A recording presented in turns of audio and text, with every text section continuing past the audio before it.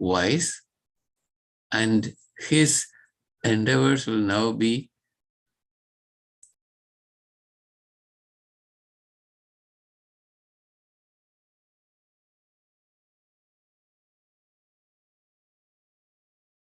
I think Rajan uncle will come back. He will join again. He clicked leave meeting, I guess.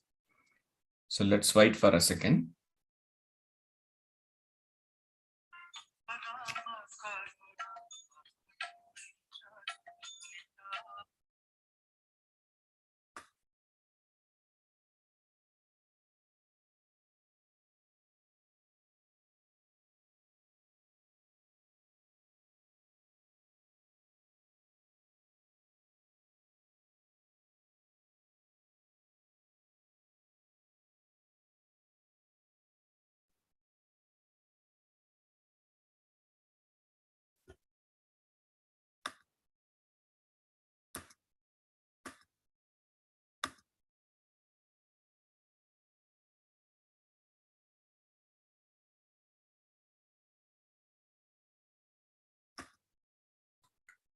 Rajan uncle, are you there?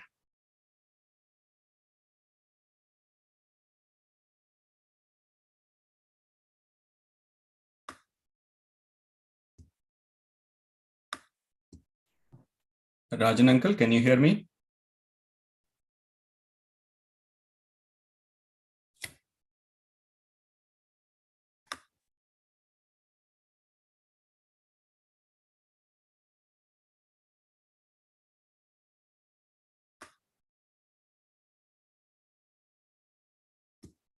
Yes, Rajan uncle, you can continue. Sorry, I thought mine also had a problem. Yeah, we'll do the translation again if you don't mind, Prabhuji.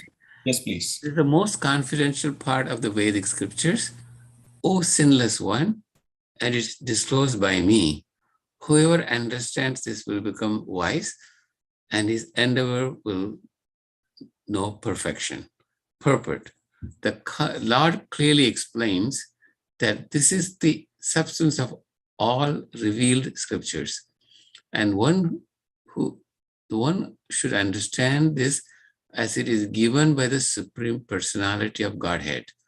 Thus, one will become intelligent and perfect in transcendental knowledge. In other words, by understanding this philosophy of superior personality of Godhead and engaging in transcendental service, everyone can become freed from all contamination of the modes of material nature. Devotional service is a process of spiritual understanding. Wherever devotional service exists, the material contamination cannot coexist. Devotional service of the Lord and the Lord himself are one and the same because they are spiritual devotional service. The spiritual devotional service takes place within the internal energy of the Supreme Lord. The Lord is said to be the sun, and ignorance is called darkness. Where the sun is present, there is no question of darkness. Therefore, whenever devotional service is present, under the proper guidance of a bona fide spiritual master, there is no question of ignorance. Everyone must take to this consciousness of Krishna and engage in devotional service to become intelligent and purified. Unless one comes to this position of understanding Krishna and engage in devotional service, however intelligent he may be in the estimation of some common man, is not perfectly intelligent. The word anaga, by which Arjuna is addressed, is significant. Anaga, O sinless one, means that unless one is free from all sinful reaction, it is very difficult to understand Krishna. One has to become free of all contamination, all the sinful activities, then he can understand. But devotional service is so pure and potent, and that one is engaged in devotional service, he automatically comes to the stage of sinlessness. While one is performing devotional service in the association of pure devotees in full Krishna consciousness, there are certain things which require to be vanquished altogether. The most important thing one has to surmount is weakness of the heart. The first fall down is caused by the desire to lord it over material nature. Thus, one gives up the transcendental loving service of the Supreme Lord. The second weakness of the heart is that as one increases the propensity to lord it over the material nature, he becomes attached to matter and the possession of the matter.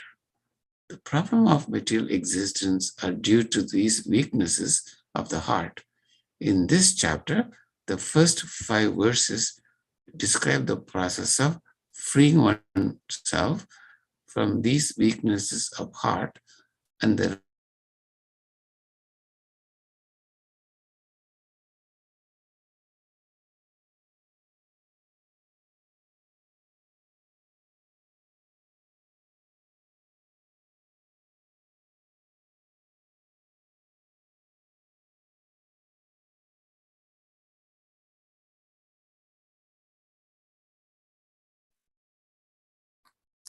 Rajan uncle, are you there? Can everybody hear?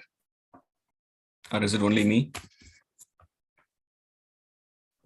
We are not able to hear, Prabhuji. Okay. Yes. I think Rajan uncle's internet is there.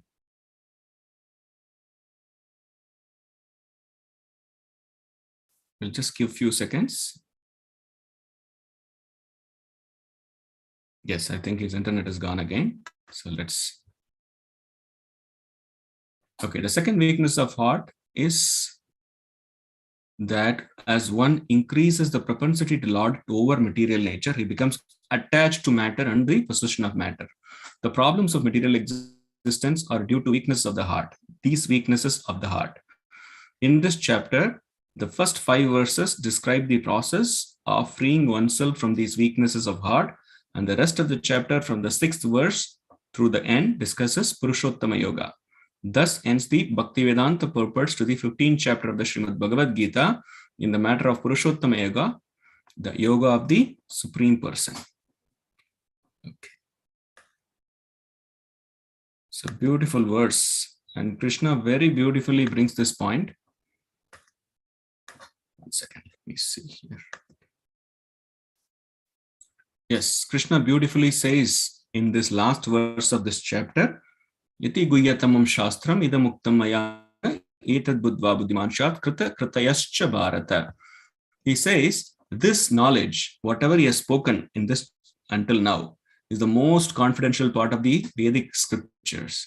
And he says, Anaga, looking at Arjuna, he says, O sinless one, now I have disclosed to you. It is disclosed by me to you.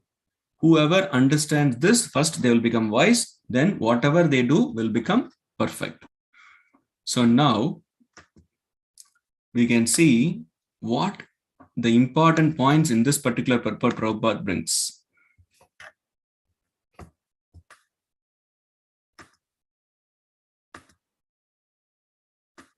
Okay. Can everybody see the screen now? Yes, Prabhuji. Oh, thank you. See, in the 14th chapter, Krishna beautifully made us understand if somebody wants to transcend these 3 modes of material nature, what are the 3 modes? Sattva, Rajas, Tamas. Sattva, which is mode of goodness, Rajo, mode of passion, Tamas is mode of ignorance. If somebody has to transcend, then what do they need to do? They have to perform pure devotional service. Only then they can go beyond this. That means if somebody wants to achieve liberation, liberation means to go beyond these modes of material nature, beyond these 3 gunas. For that, one must perform bhakti. In that way, he can transcend. That's how Krishna ended 14th chapter. Now here, the 15th chapter, the last verse, he brings up very nice point. In this 15th chapter, there are 20 verses. The first 5 verses, as here Prabhupada brings this in this purport, we can understand the first 5 verses, he tells about how we can transcend these material modes. And from 6th verse onwards, you can see clearly Krishna gives us this ultimate knowledge, which is the essence of all the Vedic literature. You can see here, Prabhupada brings this point here. One second. Let me show you where it says exactly.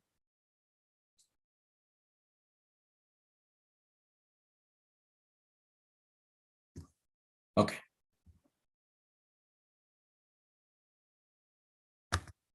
So here, this knowledge is explained in this chapter is the essence of all the Vedanta and most confidential part of the Vedas.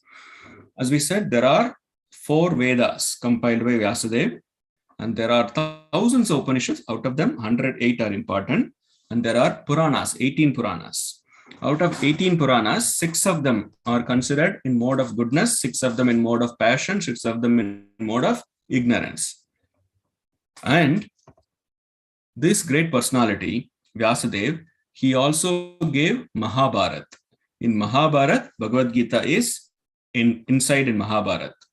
In Bhishma Parva, Mahabharata, we can see Krishna's instruction to Arjuna, known as Bhagavad Gita, is beautifully inserted. And here, when we say inserted, it is not inserted later. Mahabharata was written, authored by Vyasadeva. And who scripted it? It was inscripted by Ganeshji. And there, whatever he was saying, there was a condition for both of them. Vyasadeva told, "Oh Ganeshji, that, I am requesting you to write Mahabharata. So please help with this wonderful service." At that time, Ganeshji said, "Yes, sure, I will. But you should never stop. You should keep on, saying, keep on narrating it, then I will write." At that time, Vyasadeva said, "That's wonderful. I will, agree, comply to that particular instruction. But I also want you to, promise one thing, that whatever you're writing, you should understand and then write. That means you should understand, accept, and then write." Ganeshji said, "Yes, of course, sure." So we can clearly understand from here that Ganeshji understood, accepted Bhagavad Gita, then he gave us. So Bhagavad Gita is part of Mahabharata. So coming back here, so all these Vedic literature we mentioned about, Vedas, Upanishads, Puranas, Itihasas, all these, the essence is here. The complete substance, complete essence is, this is the point, that we need to know about the Supreme Lord. We need to have the knowledge about the Supreme Lord. And whoever knows this knowledge, what will that person do? He will engage in bhakti. In material world, there are so much material knowledge available. Practically about every little thing, there are so much knowledge available. Library is full of books. But if a person knows everything about this material world and does not know anything about the Supreme Lord, Krishna says that person is not intelligent. He is intelligent. Material intelligence is not sufficient for him to perfect his life. So that's why again and again and again, the scriptures tell us what is so important. The important thing is for us to understand who we are, who is God, what is our relationship, why are we suffering in this material world? Why is everyone suffering in this material world? And what is the way to get out of this suffering place? So where do we go? And what is that place like? So these are very important questions for everyone to understand and know. So the knowledge about Krishna and how to achieve Krishna, that is very nicely given in Bhagavad Gita, that we have to perform bhakti to achieve Krishna. We have to perform devotional service. Bhakti involves 9 processes. Can anyone say what are the 9 processes of bhakti?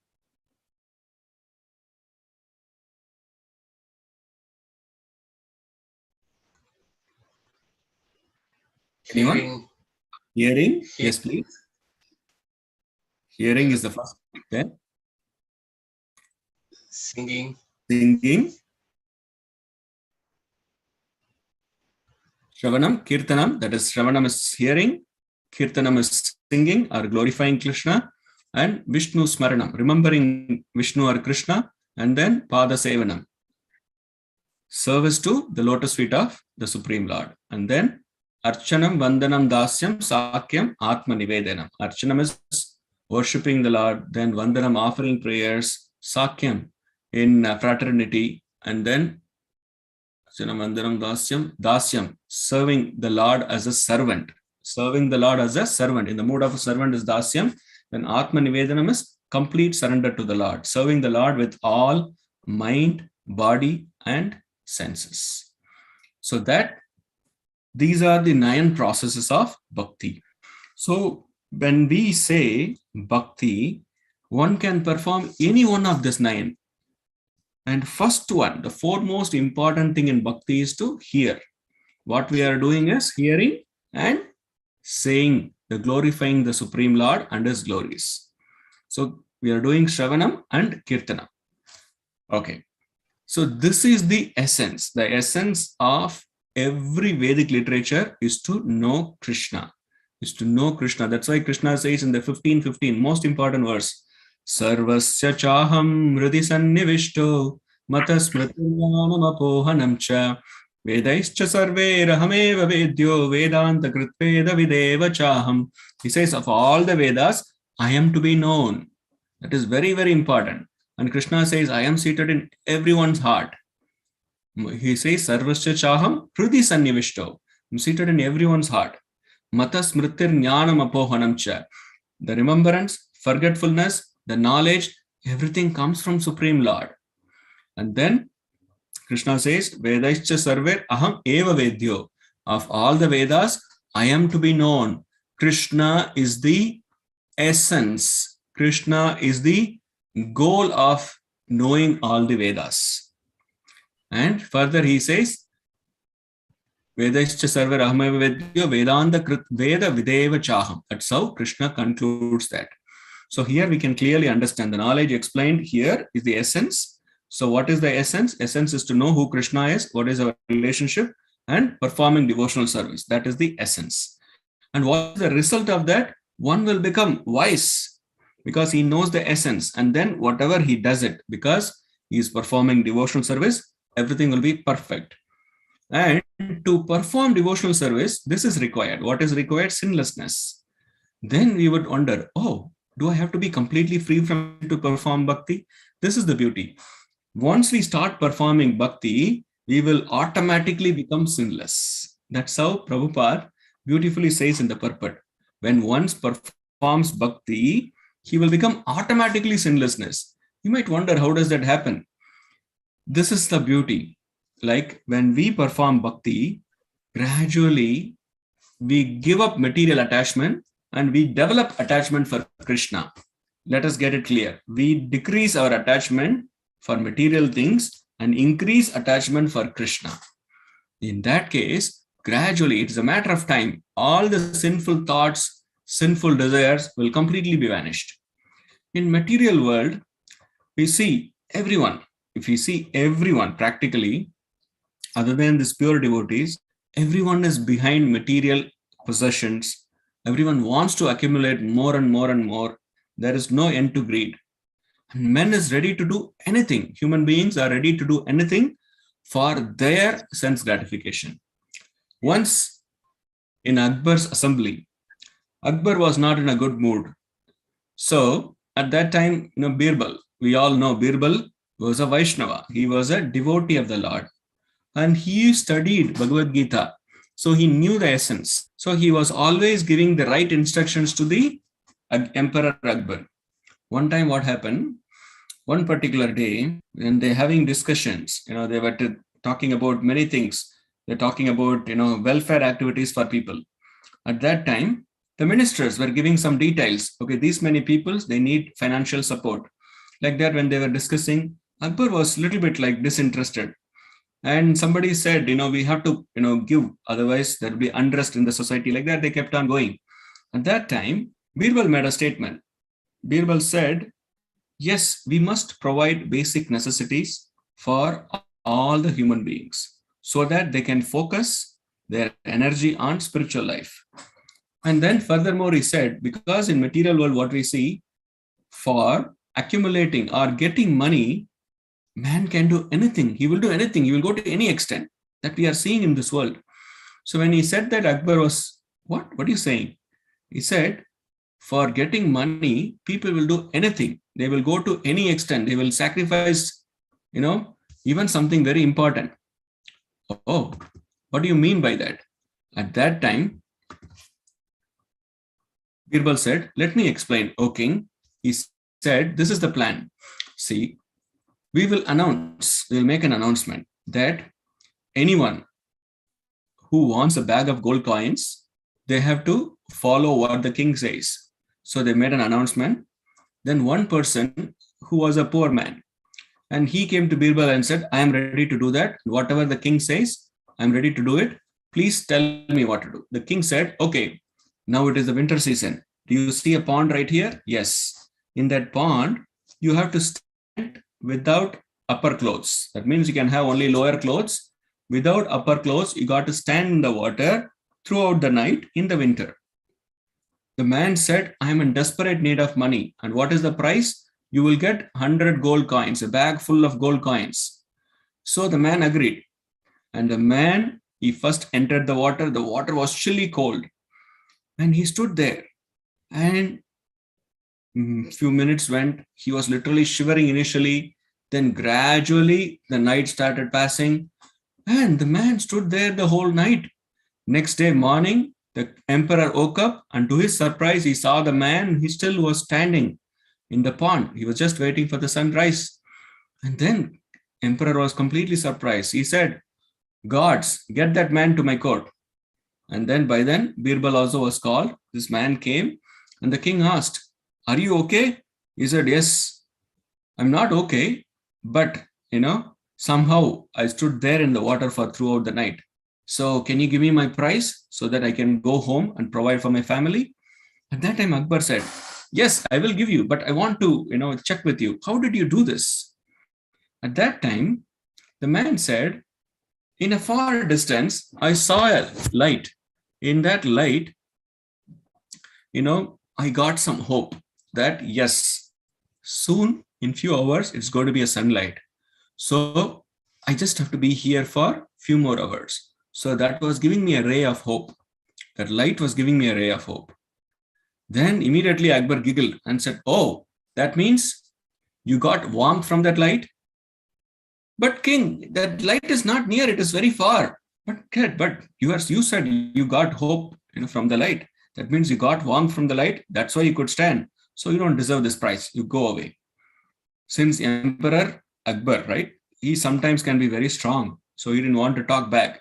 He went with a very sad face and he went to Birbal. And Birbal, he said, oh, Birbal, I tried my best.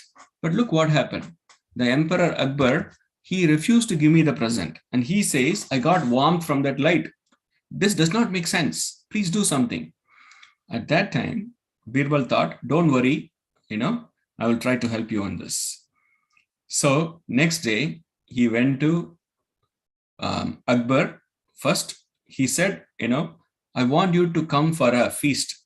So tomorrow, please come and I'm going to cook something with my own hands. So Akbar was called. Next day, he came home and he welcomed Akbar and sit on a nice throne, nice seat and said, Akbar, I'm actually cooking now. Please give me some more time to finish cooking and then I will prepare. I will, serve you hot, nice prasad for you. So Akbar said, okay. Then he was seated down and time went 30 minutes, 45 minutes, 1 hour. He called guards and said, go check what is Birbal doing. So the Birbal was right outside of his, big house. And these guards came to see Birbal.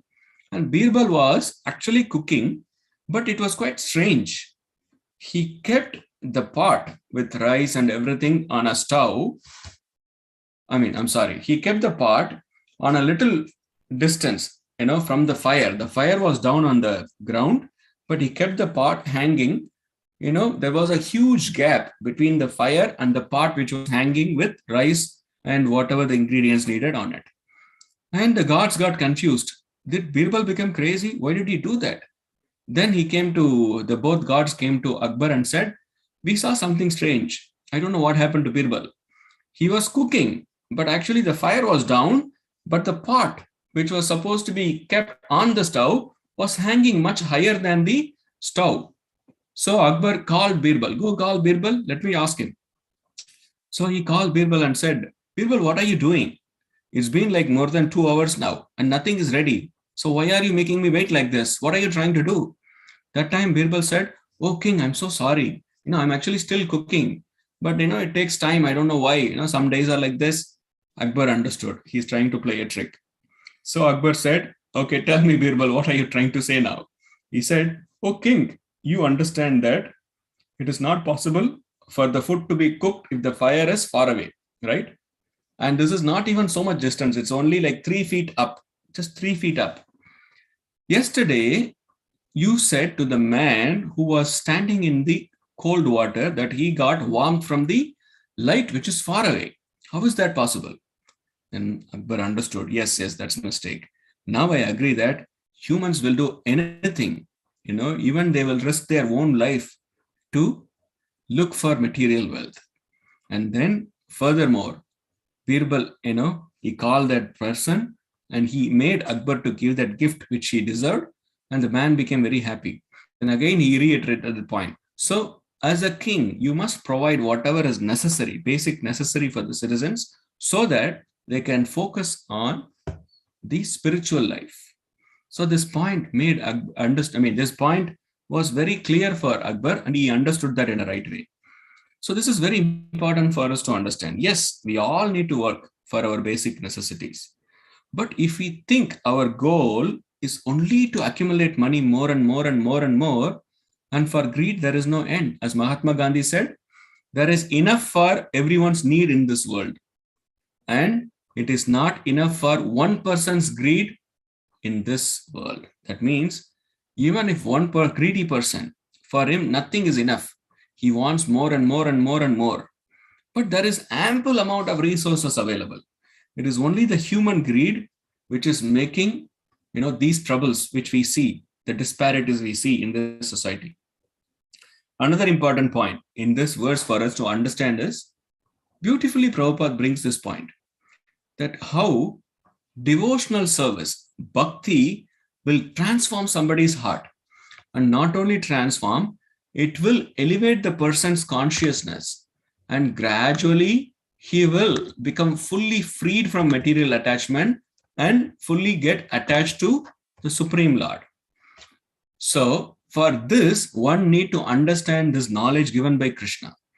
And how to understand? He need to understand as it is without any change. And what will happen? First we saw, he will become intelligent, he will become perfect, and it is a very, very important for us to understand that devotional service, bhakti and the Supreme Lord, they are non-different. Because bhakti, devotional service, and the Supreme Lord, both are completely spiritual. So when you perform bhakti, we are actually working on the antaranga shakti. Bhakti is spiritual. All the spiritual things comes from the internal energy, antaranga shakti. And the material things are all from bahiranga shakti. So we should not get attached to the external. But if we serve Krishna in bhakti, we will develop attachment for devotional service and give away all the material attachments. Then we might wonder, we are in this material world. We need to, have some material accumulations so that we can provide for our family. Krishna never said, Arjuna, you become a sannyasi, give up everything and go to forest and then perform bhakti. Krishna said, yes, Arjuna, you can be in your family, provide whatever is necessary, keeping in mind that everyone, not only you, everyone has to perform bhakti. Manmana bhavamad bhakto mat yajimam namaskuru mam evaye yuktaivam atmanam mat parayanaha mam evaisyasi yuktaivam atmanam mat parayanaha. He said very clearly, in that you have to become my duty, then engage your mind completely. That means absorb your mind in me and then worship me, offer your homages unto me. In this way, you will come to me without doubt. There's an amazing instruction Krishna gave towards this particular instruction. He gave twice, once in 9th chapter as well as in the 18th chapter. So when we perform, when we become devotees, when we worship Krishna, when we offer devotional service, then our life will become perfect. We will eventually go back to the spiritual world where there is no birth, no old age, no disease, no death, no miseries. Let's try to understand with few examples how bhakti transformed heart. We all know this pastime. We all know this pastime. We have heard about it. Narada Muni, in his previous life, he was a Gandharva. His name was Upabarhana. We all know who Narada Muni is, right? Narada Muni is a great devotee, a pure devotee. He's also one of the 12 Mahajans who is always in the spiritual world. But for when he appears in this material world, he appears as the son of Brahmaji. So once what happened in the beginning of Srimad Bhagavatam, after writing all these Puranas, Upanishads, still Vyasadev's heart was not fully satisfied. At that time, he was praying to his guru, Narada Muni. Vyasadev's guru is Narada Muni, that, oh Gurudev, please help me. Then immediately Narada Muni, he appeared and Vyasadeva asked, Narada Muni, I tried my best. And before that itself, Narada Muni understood. He asked, what happened? You have given everything. You wrote all the Vedas, all the Upanishads, Puranas, Itihasas. Why are you looking still morose? He said, oh my Guru Maharaj, I'm not feeling completely satisfied. I don't know why. Please, you tell me. That time he said, yes, you have given everything. But what happened? You have not given exclusive bhakti. You did not given exclusive devotional service. So then he blessed him to write Srimad Bhagavatam. At that conversation, he actually narrates how bhakti is very, very powerful. He said, I was a Gandharva. My name was Upabarhana. And I was very beautiful, very handsome man. And always all the heavenly ladies, they wanted to be with me. So he was saying, that Upabarhana, he was very expert in decoration. He would nicely decorate himself. And he is also a very expert singer. His voice was so melodious and so sweet. Whoever hears his voice, they will become completely enamored by his voice. And they wanted to be with him. So he was always surrounded by so many heavenly ladies. And since he was a good singer, the demigods, the devatas called him. Oh, Upabarhana, please come we are having a festival for Lord, Supreme Lord. You please come and sing his glory. You've got such a beautiful voice. So Upabarhana came and he was singing the Lord glories. And so many ladies, they were just looking at Upabarhana and his beauty and his amazing singing. And now Upabarhana understood. So everyone's eyes are on me. Then suddenly he changed. Instead of singing Krishna's glories, he started singing something else. Some material things he started singing. So because of that, the devatas got very upset. Hey, Upabarhana, what are you doing now? You're supposed to sing Krishna's name because you're doing a puja for Krishna. But in the special puja, you are singing something else. So we curse you that you become a son of a maid servant in your next life. Then, because of this curse, Upabarhana became a son of a maid servant in his next life. But fortunately, he was, his mother and him, only both of them, they were actually serving in a dharmashala. In that dharmasala, many, many great pure devotees would come, Bhakti Vedanta, self-realized personalities. They would come, his mother would nicely cook for them and make arrangement for their stay. Sometimes what happened during the Chaturmasya time, during the 4-month time, many devotees would stay there because during the Chaturmasya, generally they would avoid traveling. So they would stay there. So his mother was serving them very nicely. She would cook every day and serve whatever their needs are, providing water, providing facilities. And this Narada Muni, who was a little boy by then, he was also helping. You can see in this picture on the right side, his mother is standing behind and Narada Muni is there. And he would also assist his mother in providing all the facilities, arranging for prasadam, serving them like that. And whenever these devotees, they would discuss Bhagavad Gita, he would also sit and listen.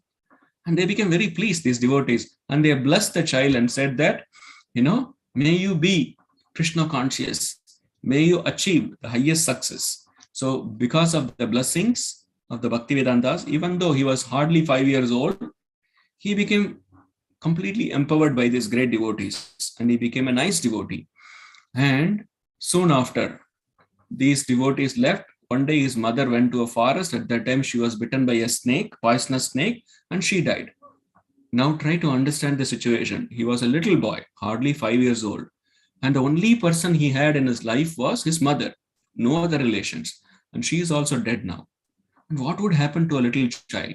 And because he was empowered by the Bhakti Vedanta, now he has become a devotee. He was fully self-realized, and he left immediately to forest and started meditating on the Supreme Lord. The Lord appeared to Narada Muni and he blessed him. He wanted to have the darshan for longer, but the Lord disappeared.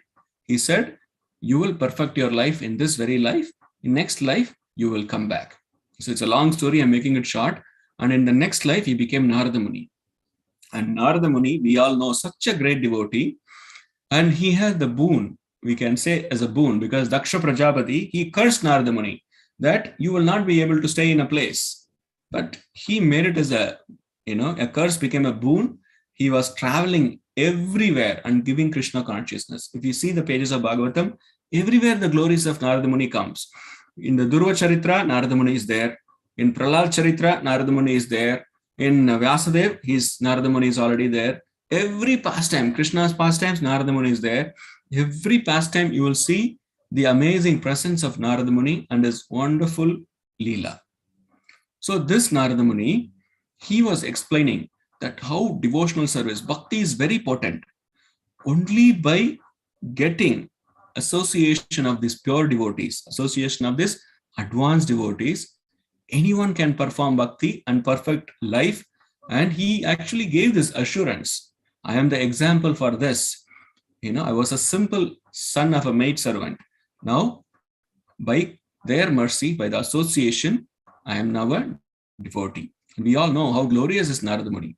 And that same Narada Muni, we'll see this he is Narada Muni here.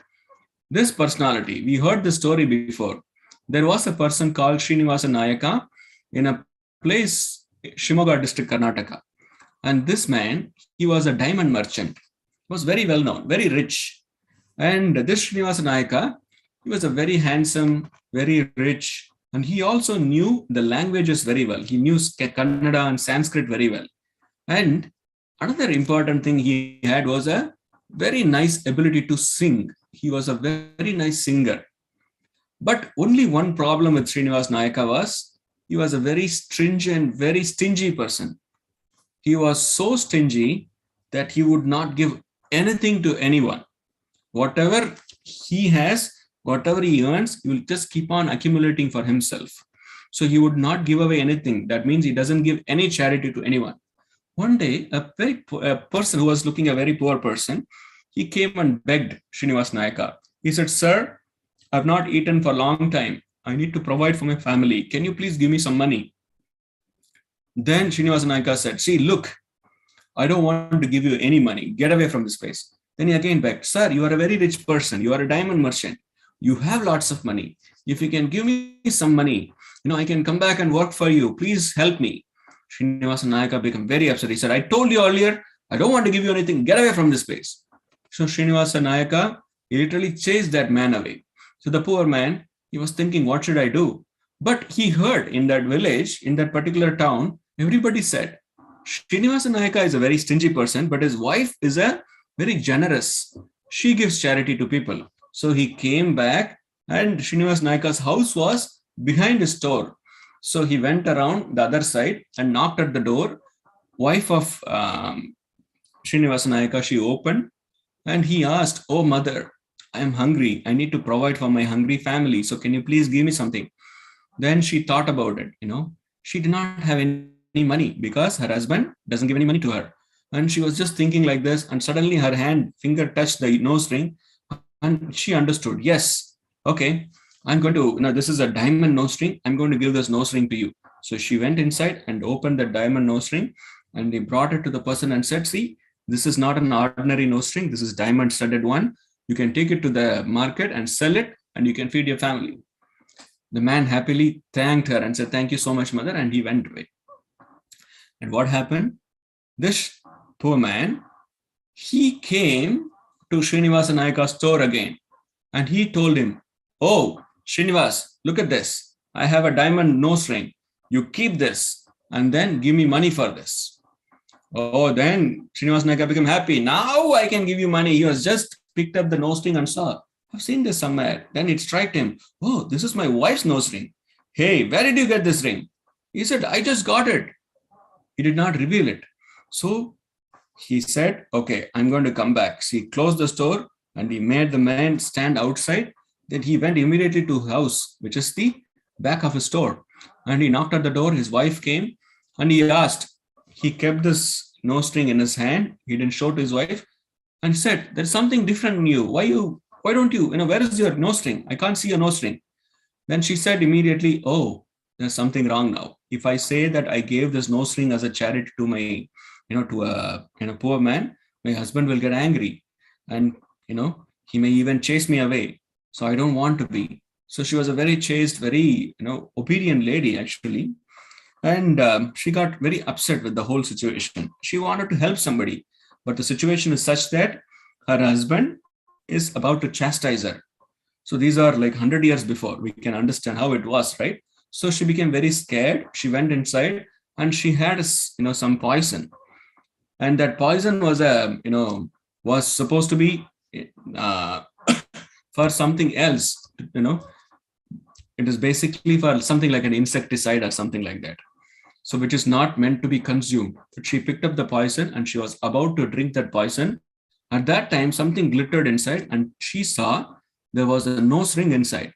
Then she understood this is the will of the Lord. She immediately poured down the poison and took the nose ring and came back to her husband and said, here is the nose ring. I told you it was there inside. Then the husband, Srinivas Naika, saw in one hand, wife's nose ring is there, other hand, exactly the same nose ring is also there. So now he has two rings. He understood, I made a mistake. That man who came is not an ordinary man. He immediately rushed to the store and he saw the man was not there. And he was looking everywhere. He was asking people who were, did you all see this man who was here? He said, no, we didn't see. He was here, but he left. Then he understood. That is not an ordinary person. That is the same Supreme Lord Narayan. He came for my welfare. He wanted me to understand this important lesson. And he left. Then he said to his wife, what happened? This is what the whole thing happened. Who came to ask money from you? That was the Supreme Lord.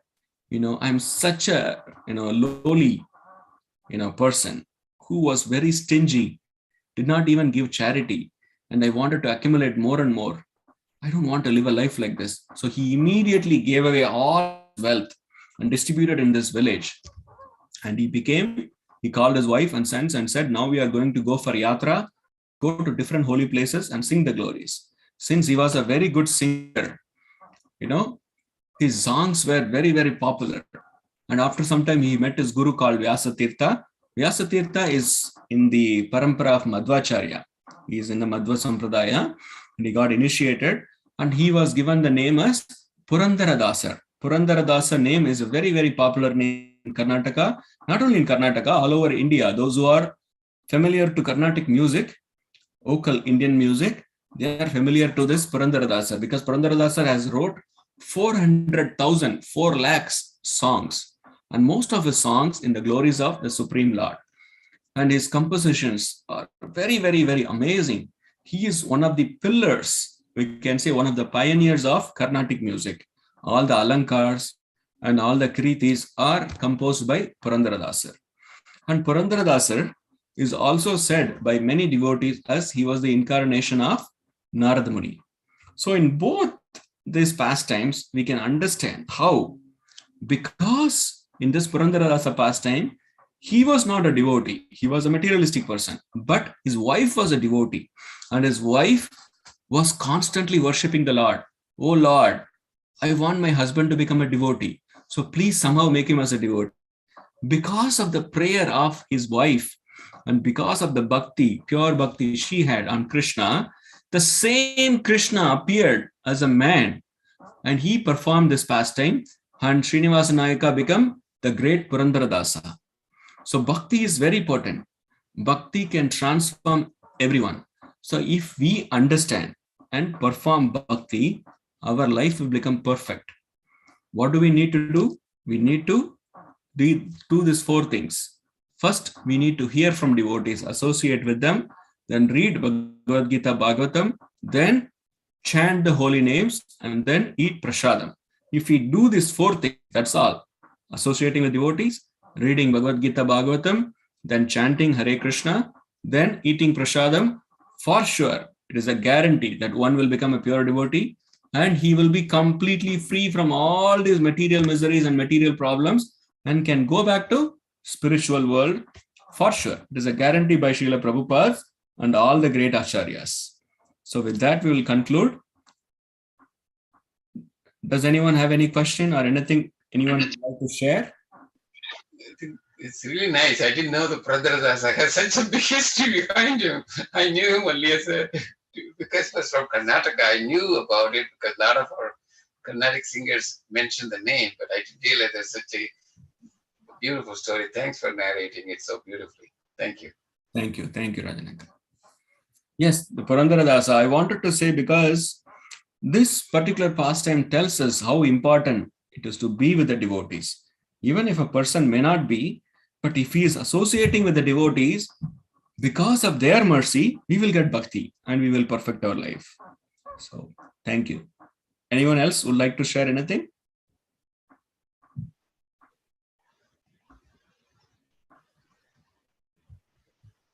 Okay. If not, we will conclude here. Thank you all so much. Hare Krishna. We'll come back with another beautiful verse next week. As usual, we will continue with our Bhagavatam reading from Monday through Friday. Thank you all so much. Hare Krishna. Please take care. Thank